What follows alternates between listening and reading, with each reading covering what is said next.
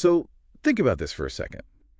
You spend, 8, maybe 10 hours a day projecting authority. Oh, yeah. Constantly. Yeah, you lower your vocal register, you clip your consonants, you speak in these really measured, deliberate tones to handle boardroom meetings or client calls or just, the general friction of being a functional adult. Right, exactly. The whole professional persona. Exactly. Huh. And then you unlock your front door, you drop your keys on the counter, you see your dog, and immediately, like involuntarily, you just start speaking in this high-pitched, breathy, melodic coo, right? Yes, the dog voice. The dog voice, which, would get you laugh right out of any professional setting. Yeah. But we almost all do it. We really do. And if another adult happens to walk into the room while you're doing it, you instantly snap your vocal cords back into that low, composed register. Yeah. And you feel this sudden flush of embarrassment. Oh, it's mortifying when you get caught. It really is. So the question we are exploring today on this deep dive is, why does an intelligent, fully grown adult involuntarily revert to the sonic profile of a toddler the second they feel unobserved? It's such a fascinating phenomenon. It is. We're diving into the surprising somatic, psychological, and anatomical science behind what researchers actually call baby voice, or regressed vocality. Welcome to the Deep Dive, everyone. I'm your host, and I'm here with our resident expert to unpack all this source material. Glad to be here. And yet, to really understand what's happening in that moment of embarrassment, we kind of have to isolate what baby voice actually is, from an acoustic and anatomical standpoint. Right, because it's not just about using silly words. Exactly. The clinical and somatic literature we're looking at defines this specific vocal mode not by the nonsense words you might say to your cat, but by the physical shape of the sound itself. Okay, so what does that actually look like physically? Well, it's characterized by a noticeably higher pitch, obviously, but also softened or blurred consonants, really elongated vowels, and a fundamentally breathy, unpressed tone. Unpressed meaning like relaxed. Yeah, exactly. Your vocal folds are operating completely differently than they do when you're, say, giving a presentation at work. And the defining quality, the thing that actually makes us feel so embarrassed when we get caught, is this profound acoustic openness. An acoustic openness. Yeah, it's basically an auditory signal of total vulnerability. Wow. Okay, if you think about your normal day-to-day adult speaking voice, it's sort of like driving a car in high gear, right? That's a great way to look at it. Like operating in fifth gear is incredibly efficient. You cover a lot of ground, you project power. And you absolutely need it to navigate the high-speed highway of modern adult life. You do. You have to be able to project. But you cannot navigate a tight, complex, intimate emotional space in fifth gear. You'll just crash. Right. You can't parallel park in fifth gear. Exactly. So the baby voice is basically the nervous system downshifting into first gear. It's slower. It lacks that heavy armor of the higher gears, but it gives you total intimate maneuverability. I love that analogy. And that shift in gears actually leads to the central paradigm shift of all the research we're looking at today. Which honestly kind of blew my mind when I was reading through the sources. It's wild, right? The literature argues that when you slip into that high-pitched, breathy voice with your pet or your partner, you are not putting on a fake, immature performance. Which is what we always assume we're doing. Right. We think we're acting like babies. But it is the exact opposite. That soft, regressed register is actually your most honest, biologically native sound. That's so crazy to think about. Yeah, it's the baseline register of the self that existed way before socialization, taught your body to tense up, lower the pitch, and project outward just to protect yourself. The adult voice is the constructed performance. And the baby voice is the original hardware. Precisely, the original hardware. It makes sense. Every single human being who survived infancy began their life communicating in that exact register. It was literally our only tool for survival before we understood syntax or, worried about how our peers perceived us. Right, before we had any concept of being judged. But that brings up a massive question. If that voice is our most native, biologically honest state, why do we almost universally abandon it? Why do we lock it away so aggressively that just hearing it in ourselves makes us cringe? Well, it comes down to a sociological concept known as social legibility norms. We don't just naturally outgrow the baby voice as our vocal cords lengthen. No doubt. No, not entirely. The abandonment of that register is actually a heavily enforced learned suppression. Society basically demands that a person become legible as an adult. Legible, meaning like readable and acceptable to the group. Exactly. We implicitly and explicitly train children to, use their big kid voice or to stop whining, we teach them that adopting a lower, hardened, more monotonic register is the only way their needs are going to be taken seriously. So we're conditioning the nervous system to equate small, soft sounds with weakness. Weakness and social liability, yeah. Okay, I understand the sociological critique there, but let me just push back on that premise for a second, because I'm sure someone listening is thinking, wait, isn't developing an adult voice just a fundamental requirement of growing up? It's a fair question. Like, we can't have a functioning society where bank tellers and surgeons are just cooing at each other, right? Yeah. The adult register has to be a practical necessity. Oh, absolutely. The development of the adult register is entirely necessary. The sources aren't saying we shouldn't have an adult voice. The pathology doesn't lie in the fact that we build a composed professional voice. Okay, so where does the damage happen? The damage occurs in how we are forced to build it. We don't just add the adult voice to our toolkit. We're taught to completely eradicate and feel deep shame for that early register. And the source text highlights that this eradication isn't even applied evenly across the board. Oh, right. The gender conditioning stuff in the text was incredibly stark. The way society trains vocal cords based on perceived gender creates two entirely different physiological outcomes. It really does. For children who are read as boys, the suppression happens brutally early. They're instructed that any high-pitched, breathy vocalization is just completely unacceptable. They get shut down fast. Very fast. This cultural mandate of masculine legibility forces their bodies to artificially lower the larynx and rely heavily on chest resonance long before puberty even naturally thickens the vocal folds. Wait, really? Before puberty? Yeah.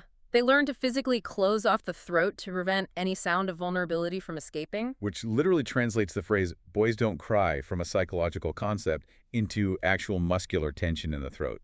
That is intense. It is. And on the flip side, children who are read as girls experience a different but equally damaging kind of conditioning. Right, because they are often permitted to retain that higher, breathier register much later into development. Yes, but they're taught to utilize it as a mechanism of submission. It becomes a tool for self-erasure. Like a way to signal to the room, hey, I am small, I'm agreeable, please don't see me as a threat. Exactly. They aren't allowed to use it as an integrated expression of their true vulnerability. They basically have to weaponize it against their own authority. Wow. But the ultimate result of both those pathways ends up being the same, right? Yeah. By the time we hit our 20s or 30s, that native register is just buried under layers of social defense. Completely buried. And simply attempting to intentionally access that breathy, open voice often triggers an involuntary physical flinching, or just a wave of hot, raw shame. The body physically recoils from its own softness. And that flinch is so revealing, because the shame isn't a natural byproduct of the vocal cords vibrating at a higher frequency. The shame was externally installed by all that conditioning. Right. It's a learned response. The body's running a software program that basically says, softness equals danger, shut it down. Shut it down immediately. But, biology is remarkably persistent because the suppression of the baby voice requires constant, active muscular and cognitive effort. Your nervous system just can't maintain the lockdown 24 hours a day. It's like if you're constantly pressing your foot on the brake pedal, eventually your leg just gets tired. And that's where the voice starts leaking out involuntarily. Yes, the leaks are where it gets really interesting. Let's look at where this happens. Starting with romantic intimacy.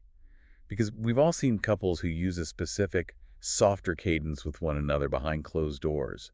Or, well, sometimes in public, much to everyone else's annoyance. Right, the baby talk. There's actually a significant body of observational research on couples communication that categorizes this. They call it partner-directed regression. Partner-directed regression. Yeah. When partners utilize a softer, higher, unguarded vocal mode, they are communicating on a level that entirely bypasses semantic language.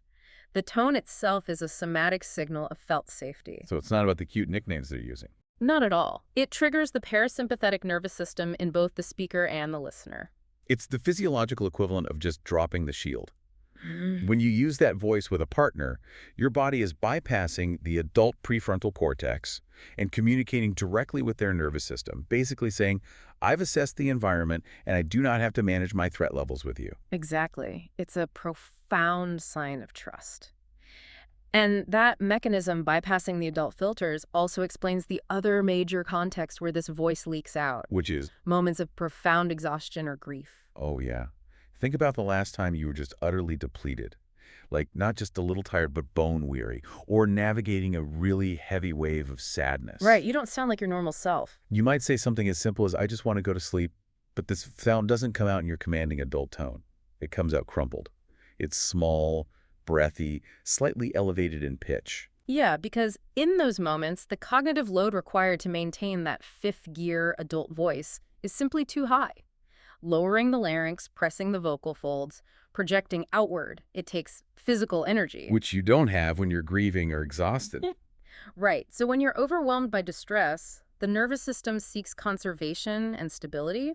It instinctively drops the muscular tension and reaches for the oldest, most deeply ingrained pathway for comfort that it possesses. It's like a computer hitting a factory reset during a system overload. That's a perfect way to describe it. The voice softens because the body is trying to self-soothe. The system is prioritizing survival over social legibility.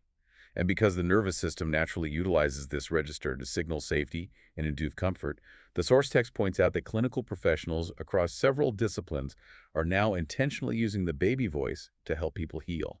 Yeah, the clinical applications here are incredibly diverse. For instance, somatic therapists and body-based practitioners. What do they do with it? Well, they don't just listen to the words a client is saying, they listen really closely to the acoustic qualities of the voice itself. Ah, So if a client is recounting a difficult memory, and their voice suddenly shifts from a flat, pressed tone into a rounder, softer, slightly higher register, the therapist recognizes that as a critical shift. The client has dropped their armor. the autonomic nervous system has moved out of a defensive state. Yes. And the therapeutic work then shifts to helping the client tolerate that vulnerability without immediately self-correcting out of And the embarrassment. mechanics of this are actively utilized by voice coaches and performers too, right? They are. Because when you speak in that heavily conditioned, controlled adult voice year after year, you develop chronic muscular tension in your neck, jaw, and chest. I can feel my neck getting tense just thinking about it. The source material outlines how producing the baby voice actually requires the cricothyroid muscle to function differently. Right, it slackens the vocal folds and allows the larynx to lift slightly. By intentionally practicing this regressed sound, performers can actually unlock anatomical resonance chambers in the pharynx that have been literally squeezed shut by years of corporate adult tension. Wow. And then there's the psychological side. The interplay between the physiological tension and psychological defense is the exact territory trauma-informed therapists are navigating. Definitely. For clients who carry early developmental trauma, locking down the regressed vocal state was actually a highly intelligent protective adaptation. Because if a child learned that expressing pure vulnerability resulted in their needs being ignored or even punished, the nervous system makes a really logical calculation. Right. It decides that smallness is a liability. The body essentially poured concrete over that vocal register to protect the child. And the therapeutic process of carefully breaking up that concrete and reaccessing the voice in a safe environment provides a really profound reparative experience. Now, I want to pause here and clarify a vital distinction from the literature, because I think this is where people might get confused. The clinical term for this process is called renegotiation. Yes, renegotiation. And it is critical to understand the difference between renegotiation and pathological regression. We are not talking about an adult throwing a tantrum at the DMV or acting like an infant to avoid the responsibilities of adult life. No, not at all. Pathological regression is an avoidance strategy. It's the ego attempting to flee from the present moment because it feels ill-equipped to handle the stressor. Right. But renegotiation is the exact opposite of avoidance. The text defines it as going back to meet the unmet moment. I love that phrase. It's so good. It's deliberately returning to the psychological and physiological space where the vocal cords originally locked up, where the child's vulnerability was deemed unsafe, and bringing the safety of the capable adult self into that space. You're completing a biological stress cycle that basically got paused 20 years ago. Exactly. Now, moving from the theory of renegotiation to the actual physical practice requires us to engage with a concept that often gets misunderstood, which is the inner child. Yeah, inner child is a term that gets thrown around on social media so much these days that it can start to sound like just a poetic metaphor for feeling a little sensitive. Yeah, like, oh, my inner child wants ice cream. But the psychological frameworks cited in our sources treat it much more literally. Very literally. Hmm. Modalities like internal family systems or IFS approach the inner child not as a metaphor, but as a literal neural pathway. A physical network in the brain. Right. It's an active, present subpersonality. It's a specific network of memories, emotional responses, and physical sensations that formed at an earlier stage of development. And because it is a distinct neural network, it still operates on the software of that time. It still holds the same fears and the same unmet needs. Yes. And it constantly attempts to communicate them to the present-day adult. But our adult brains are constantly filtering and translating those signals. Like, we might feel a sudden spike of abandonment fear, but our adult brain translates it into, I don't know, snapping at our partner about loading the dishwasher incorrectly. We've all been there. Right.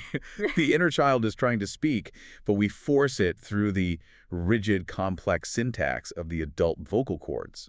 So how do we fix that? Well, the breakthrough happens when that neural network is given literal acoustic space. The nervous system recognizes a massive difference between the adult intellect just thinking, I acknowledge that a younger part of me is feeling sad today, versus the physical body allowing a small, unpressed, trembling voice to actually say the words, I am sad. Wow. You are becoming the acoustic channel because children don't use preamble. They don't do corporate maneuvering or worry about the optics of their emotional state. No, they're direct. They state their truth with devastating simplicity. They say what hurts. They say what they want. When you allow that specific neural pathway to bypass your prefrontal cortex and directly operate your larynx, you're giving it the physical validation it has been starved of for decades. And providing that channel is a deeply nonlinear, often really uncomfortable process. The source material outlines a layered roadmap for reintegrating this voice. And it has to happen in stages. Why stages? Because the nervous system requires proof of safety before it will fully release the vocal cords. Okay, that makes sense. I was reading through the steps of this roadmap, and the first stage is called private practice. And honestly, it sounds incredibly abrasive to the adult ego. No, it's brutal at first. The instruction is to sit alone and simply allow yourself to make small sounds, whimpering, cooing, or speaking to yourself in a softer register without immediately jumping in to aggressively correct the pitch. I can just imagine my adult brain fighting that tooth and nail. Why is sitting alone making small sounds so excruciating? Because the adult ego interprets it as a loss of control. Your brain has spent decades equating those sounds with social death. So doing it, even in an empty room, triggers all the alarm bells. The ego is just trying to protect you from perceived humiliation. Which is why the literature often points to interactions with pets as an invaluable workaround, right? Yes, pets are the ultimate loophole. Talking to animals is brilliant because we slip into the baby voice with dogs and cats effortlessly. The adult ego knows an animal cannot judge social legibility. There are zero social consequences with a golden retriever. Exactly. You are tricking your nervous system into practicing the physical mechanics of the vocal register in a consequence-free environment. You're building the initial somatic tolerance. Right. And once the nervous system realizes it can make those sounds without the world ending, the roadmap moves into therapeutic or somatic containers. Okay, so this encompasses environments where the explicit goal is downregulating the nervous system, like breathwork sessions, certain styles of yoga, sound healing, or, crucially, working with a trained somatic therapist. The defining characteristic of all these containers is the removal of the legibility norm. The practitioner, or just the structure of the ritual, creates a space where small sounds, sighs, or regressed vocalizations aren't viewed as embarrassing interruptions. They're welcomed as data. Yes, as data. A skilled therapist doesn't try to pull the baby voice out of you. They simply provide an environment where you can finally stop expending energy to hold the door shut. You just stop pressing the brake pedal. And once the body learns to stop fighting itself in a clinical setting, we reach the final, and I think most profound, layer of the roadmap, which is intimate relationships. This is the true testing ground. This is where you intentionally bring that undefended soft voice to a safe partner. Because when you finally allow that voice to emerge with another human being, and that partner doesn't mock you and they don't tell you to grow up, Right. but instead they meet your unguarded sound with warmth and acceptance. The text says it physically rewires the brain. It overwrites the old software. The nervous system logs the experience and says, I can be small, I can be vulnerable, and I will not be abandoned. It is arguably the most powerful reparative experience available to us. Through that repeated exposure to safety, what initially felt like a rare, terrifying, and trembling emergence simply integrates. It becomes just another available dimension of your everyday being. Which highlights the ultimate objective of this entire process. I want to make sure we make this clear for everyone listening. The goal of unpacking this research is absolutely not to suggest you should replace your adult voice with a regressed one. No, please don't do that. You still have to negotiate contracts, you still have to set boundaries, you still have to navigate a complex world. The source material is explicit here. Integrating the inner child does not mean the inner child takes the wheel. The objective is the reclamation of the full vocal spectrum. Think about the human voice as an instrument. Social conditioning has forced most of us to play only the middle octave. We ignore the highest and lowest keys because we were told they were inappropriate. Exactly. But a person who has reclaimed their full spectrum, who can move fluidly from a composed, authoritative public voice to the unguarded, breathy sob, to the laugh that literally bends the torso, to the soft, melodic hum of contentment, that person is a complete instrument. They aren't restricted by the armor of constant legibility. They actually have the range to access emotional depths that a tightly controlled, socially managed voice simply cannot reach. Right. They're fully online. So letting those small sounds slip out when you're exhausted or when you're huddled on the floor petting your dog is not a failure of your adult composure. It is the acoustic evidence of a person who is entirely present in their own body. It is the sound of a nervous system that feels safe enough to tell the truth. I love that. So I want to leave you with this final thought today. Next time you catch yourself, or maybe someone close to you, involuntarily slipping into that softer, higher, unpolished register, instead of snapping back to attention and judging it as weird or embarrassing, ask yourself, what is the body trying to communicate right now that the adult mind hasn't figured out yet? It's a great question to sit with. It really is. Thanks for joining us on this deep dive.